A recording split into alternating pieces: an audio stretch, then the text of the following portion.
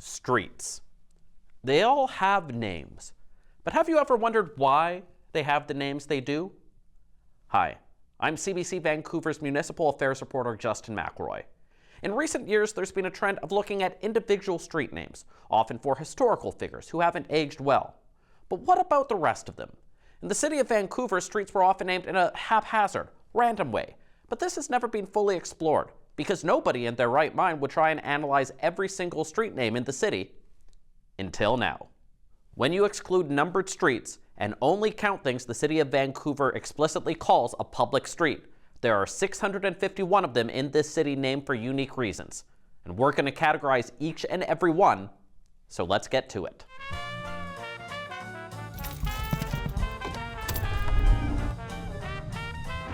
For a lot of this, we're going to be relying on the 1999 book Street Names of Vancouver by Elizabeth Walker and the Vancouver Historical Society. It lists the origins of basically every street in the city, or what they think it's named for. But even then, there are 62 streets with no origin. From Napier to Lily, to Clarendon to, you get the picture. There are a lot of them, spread out all over the city. So that's one big category done. Another big category? Golf courses. And not golf courses that you know are from here. No, we have streets named after golf courses in Scotland and England and Boston, no less than 3 from Toronto, and Highland Park, Illinois, home of the all-male membership of Bob O'Link's golf course, or as we know it, Bobolink. There are more streets in the city of Vancouver named for golf courses than there are for women and people of color combined. And the city's love of golf streets could have been even greater, because in the 1960s they wanted to name 7 streets in the new Musqueam Park subdivision after golfers, until they were changed to names with Indigenous terms, along with 3 others in this subdivision. We also have a lot of geographical-based streets. Beach Avenue because it's next to the beach, Boundary because it's the boundary between Vancouver and Burnaby, Main Street because they wanted it to be a main street, and so on. There's also a couple of clever ones, like Little, just 1 block long. All right, next up, explorers. They came, they saw, then a bunch of different things happened, including centuries later streets in Vancouver being named for them. 15 from England, 8 from Spain, 7 from France, 1 from Denmark, and while we're at it, we'll throw in 2 European statesmen from the 17th and 16th centuries. And now we should be done with Europeans, right? But we've left out the monarchy, including 2 for King Edward VI, 3 for Queen Victoria and her family, 10 generic titles for the British royalty. Oh, and I almost forgot. 24 other famous British people and 25 other places in Britain. That's nearly 10% of the named streets right there. And that's not even counting the university streets in the far northeast of the city, 4 of which are in Britain. We've also got 2 Greek mathematicians, 20 war battles, and finally, wrapping up the European section, there's stuff named for George Vancouver, that guy who navigated a ship around here hundreds of years ago, and so the city named a bunch of things after his friends and the shipmates and places he lived in. Moving on to things from this continent, we've got famous Canadians who aren't from BC, famous places that aren't in BC, including a certain street in New York City, and finally, all the provinces and territories in this country, except for Newfoundland and Labrador and the Northwest Territories. We've also got First Nations that also aren't based here, 3 streets after Indigenous people or terms, but with anglicized spelling, and Indigenous people who aren't part of the Musqueam, Squamish, or Tsleil-Waututh nations, whose unceded lands Vancouver is on, and do not have a single street named directly for one of their leaders. Moving on, remember how I said some of Vancouver's street naming was random? In the 1920s and 30s, there were a lot of new subdivisions being built in the city of Vancouver, which required a lot of new street names. And apparently, there was someone in the city's engineering department, William B. Young, who had the power to suggest street names. Specifically, he suggested street names based on the works and characters of 19th century Scottish novelist Sir Walter Scott. 12 of them, to be exact. Which means there are more streets in the city named for his works than there are streets named for women who were born in Vancouver. We've also got streets named for the 2 global festivals held here. One's named for old hotels or fancy houses on the street. One's named for ships or things on a ship. And ones that frankly were hard to put in any category.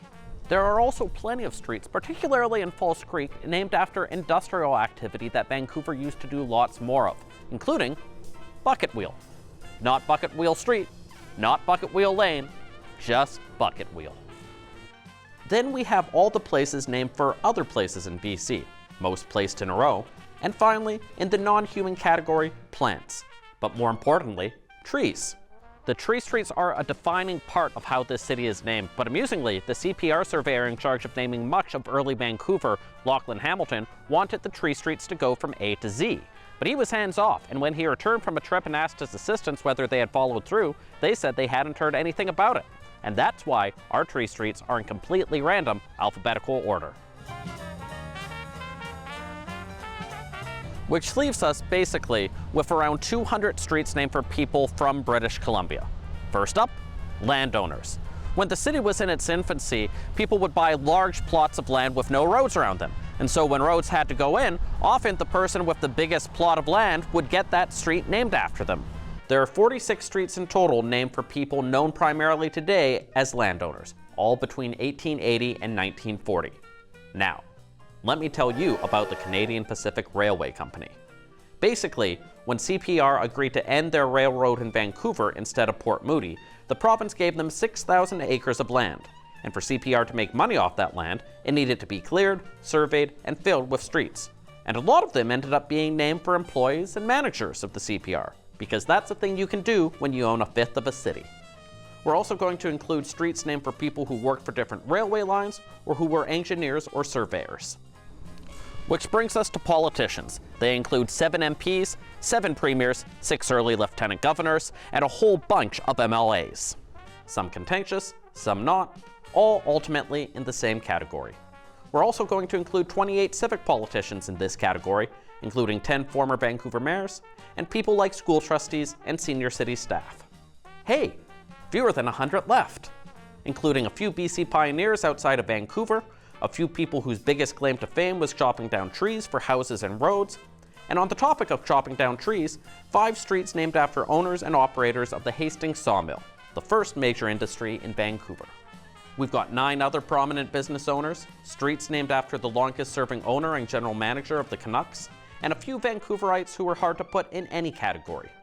And speaking of hard to categorize streets, we've got Valhant, named for the first Vancouver police dog killed in the line of duty, shot in 1967 by a murderer on the run who was escaping prison.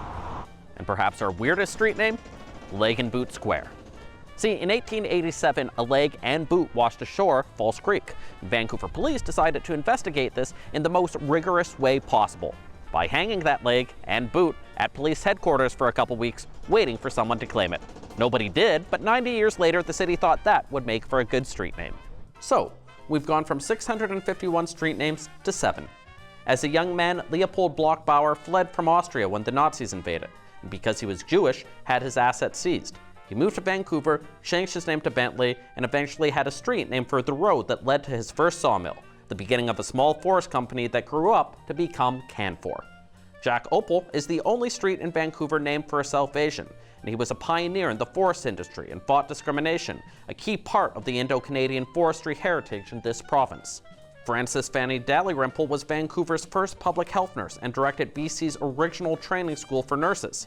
Tilly Jean Rolston was the first woman in Canada to be a cabinet minister with an actual department to run, introduced BC's first sex ed curriculum, and was founding chairperson of Theatre Under the Stars. Samuel Greer owned land next to Kitts Beach, but the government gave it to CPR as part of that 6,000 acres. He refused to leave, so the government sent a sheriff to arrest him, and then Greer shot the sheriff before being arrested. And finally, there is Worthington Drive and Worthington Place, named for Douglas Grant Worthington and John Robert Worthington, brothers in the 28th Armored Regiment in the 4th Canadian Brigade, who died within 9 days of one another during the Battle of Normandy. And that's a look at every single street in Vancouver and how they were named. For CBC Vancouver, I'm Justin McElroy.